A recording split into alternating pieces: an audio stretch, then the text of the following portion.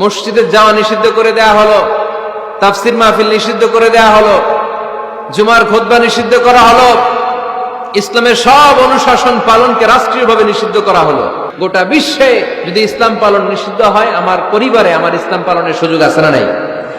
নিজেও সালাত পড়েন, সন্তানদেরকেও সালাত কায়েমকারী বানান। পাশ্চাত্যের কালচারের ধাক্কায় আমাদের পরিবারগুলো নষ্ট হতে শুরু করেছে। মুসল্লি ভাইরা সাবধান, একা মুসল্লি হয়েন না। ইসলাম পালনকারীরা সাবধান, একা ইসলাম পালনকারী হবেন না। ফ্যামিলির সবাইরে মুসল্লি বানাইতে হবে, সবাই মিলে ইসলাম পালন করতে হবে।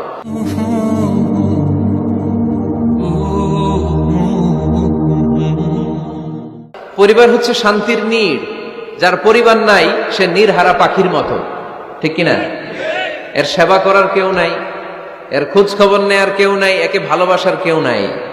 পরিবারের ভেতরে আছে ভালোবাসাবাসী, পরিচর্যা, অসুস্থ হলে সেবা শুশ্রূষা, যত্ন আত্মি। আমরা একটা প্রশান্তির জায়গা খুঁজে পাই পরিবারের ভেতরে, ঠিক কিনা? এজন্য আমি যদি জান্নাতে যাই, আমি চাই আমার পরিবারের সবাইকে নিয়ে যাব। এজন্য রাব্বুল আলামিন বলেন, ইয়া আইয়ুহাল্লাযীনা আমানু কু আনফুসাকুম ওয়া আহলিকুম নারা ওয়াকুদুহান নাসু ওয়াল হিজারা আলাইহা মালাইকাতুন গিলাযুন শিদাদুন লা ইয়াসুনাল্লাহা মা আমারাহুম ওয়া ইয়াফআলুনা মা ইউমারুন। সুবহানাল্লাহ পড়েন। আল্লাহ ডেকে বললেন, ও বিশ্বাসীরা শোনো শোনো, তোমরা নিজেদেরকে জাহান্নামের আগুন থেকে বাঁচাও, নিজেদের পরিবার বর্গকেও ওই জাহান্নামের আগুন থেকে বাঁচাও। যে জাহান্নামের রক্ষী ফেরেশতারা খুব নির্দয়, খুব নির্মম, এদের চেহারায় হাসি নাই। রব্বুল আলামিন তাদেরকে যা আদেশ করে তারা তাই পালন করে। ওই ফেরেশতারা আল্লাহর কোনো আদেশের অবাধ্য হয় না। ওই জাহান্নামকে ভয় করো, আর জাহান্নাম থেকে নিজেও বাঁচো, নিজের পরিবারকেও বাঁচাও। নিজেও বাঁচতে হবে, পরিবারকেও বাঁচাতে হবে। নিজেও জান্নাতে যেতে চাই, আব্বা আম্মা স্ত্রী সন্তান ভাই বোন সবাইকে নিয়ে জান্নাতুল ফেরদাউসে থাকতে চাই, ঠিক কিনা? এজন্য রব্বুল আলামিন বিশ্বনবীকে আদেশ করলেন, ওয়া'মুর আহলাকা বিস-সালাতি ওয়াসতাবির আলাইহা। ও নবী, আপনি আপনার ফ্যামিলির সদস্যদেরকে সালাতের আদেশ করেন এবং নিজেও সালাত পালনে সচেষ্ট হন। একা একা সালাত পালন করলে হবে না, আপনার পরিবারের সবাইকে আপনি মুসল্লি বানান। নিজেও সালাত পড়েন, সন্তানদেরকেও সালাত কায়েমকারী বানান। আপনি একা একা নামাজ পড়েন, আপনার ছেলে নামাজ পড়ে না, এরকম আছে না নাই? বাবা নামাজ পড়ে, মা নামাজ পড়ে না, আছে না নাই? ভাই নামাজ পড়ে, বোন নামাজ পড়ে না, আছে না নাই? আচ্ছা, আমি জান্নাতে থাকবো, আমার মা থাকবে জাহান্নামে, এটা ভাল লাগবে? আমি থাকবো জান্নাতে, আমার আব্বা জাহান্নামে, ভাল লাগবে কার কার? আমি থাকবো জান্নাতে, আমার ছেলে মেয়েগুলো জাহান্নামে। আমি জান্নাতের নাজ নিয়ামত ভোগ করবো, আমার স্ত্রী থাকবে জাহান্নামের আগুনে, এটা আমাদের ভালো লাগবে? এজন্য মুমিন পরিবারের সবাই আমরা জান্নাতে যেতে চাই। আমিও যাব, মা বাবাও যাবে, আমার স্ত্রী সন্তানরাও যাবে। এজন্য রব্বুল আলামিন বিশ্বনবীকে বললেন, নবী নিজেও জাহান্নামের আগুন থেকে বাঁচেন, আপনার পরিবার বর্গকেও জাহান্নামের আগুন থেকে বাঁচান। নিজেও বাঁচেন, পরিবারকেও বাঁচান। এজন্য মুসল্লি ভাইরা সাবধান, একা মুসল্লি হয়েন না। ইসলাম পালনকারীরা সাবধান, একা ইসলাম পালনকারী হবেন না। ফ্যামিলির সবাইরে মুসল্লি বানাইতে হবে, সবাই মিলে ইসলাম পালন করতে হবে, সবাই মিলে ঘরটার একটা জান্নাতের টুকরা বানাতে হবে, ঠিক কিনা? মুমিন জীবনে পরিবারের গুরুত্ব অনেক বেশি। ফ্যামিলি হচ্ছে এই পৃথিবীর সর্বপ্রথম ইনস্টিটিউশন, প্রতিষ্ঠান। এক একটা পরিবার এক একটা কি প্রতিষ্ঠান, ইনস্টিটিউশন। গোটা বিশ্বে যদি ইসলাম পালন নিষিদ্ধ হয়, আমার পরিবারে আমার ইসলাম পালনের সুযোগ আছে না নাই? কথা কি বুঝতেছেন? বাংলাদেশে ইসলাম পালন নিষিদ্ধ করে দেয়া হলো, মসজিদে যাওয়া নিষিদ্ধ করে দেয়া হলো, তাফসির মাহফিল নিষিদ্ধ করে দেয়া হলো, জুমার খুতবা নিষিদ্ধ করা হলো, ইসলামের সব অনুশাসন পালনকে রাষ্ট্রীয়ভাবে নিষিদ্ধ করা হলো। কিন্তু আমার পরিবারের ভেতরে ইসলাম পালনের সুযোগ আছে না নাই?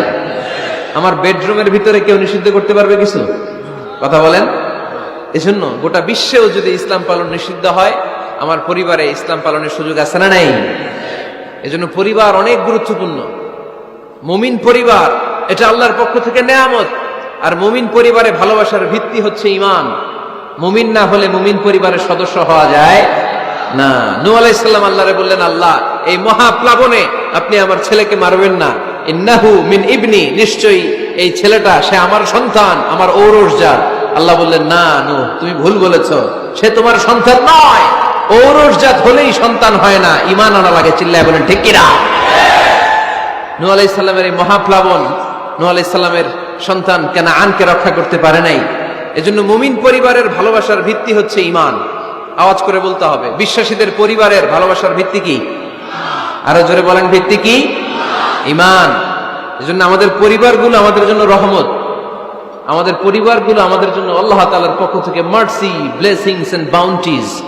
এই পরিবারের বন্ধন যেন কখনো নষ্ট না হয়, আমরা যেন পারিবারিক সম্প্রীতি, ভালোবাসা কখনো নষ্ট না করি।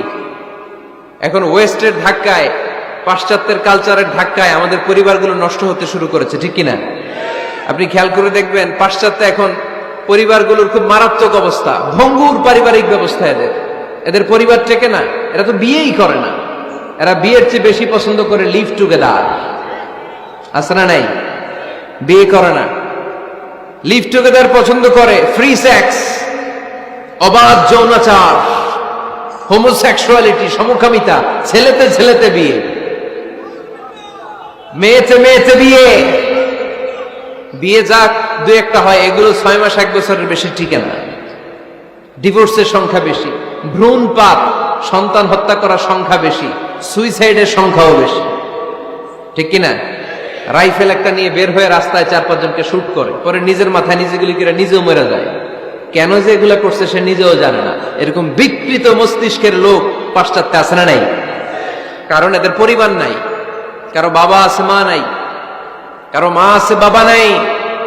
এজন্য পরিবারগুলো আল্লাহ তাআলার পক্ষ থেকে আমাদের জন্য নেয়ামত, অনেক বড় রহমত, অনেক বড় বরকত। এজন্য ইসলাম পরিবার গঠন করতে বলেছে, ইসলাম পরিবারকে সংরক্ষণ করতে বলেছে, ইসলাম এই ফ্যামিলি ইনস্টিটিউশনকে আরো শক্তিশালী করতে বলেছে। চিল্লায় বলেন ঠিক কিনা?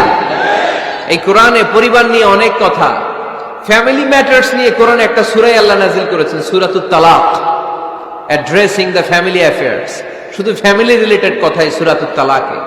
আবার একটা পরিবার আল্লাহ তাআলার কাছে এতটাই প্রিয় ছিল, ওই পরিবারের নামে আল্লাহ কোরআনে একটা সূরাই দিয়ে দিয়েছেন, সূরাতু আলে ইমরান। ইমরানের পরিবারের নামে সূরা। সুবহানাল্লাহ পড়বেন না? এজন্য আমাদের পরিবারগুলো অনেক গুরুত্বপূর্ণ। আমরা বুঝি না, আমরা পরিবারের সম্প্রীতি, ভালোবাসাকে অটুট রাখার ব্যাপারে সচেতন থাকি না, কিন্তু ইসলাম এই পরিবার সংরক্ষণে অনেক গুরুত্ব দিয়েছে।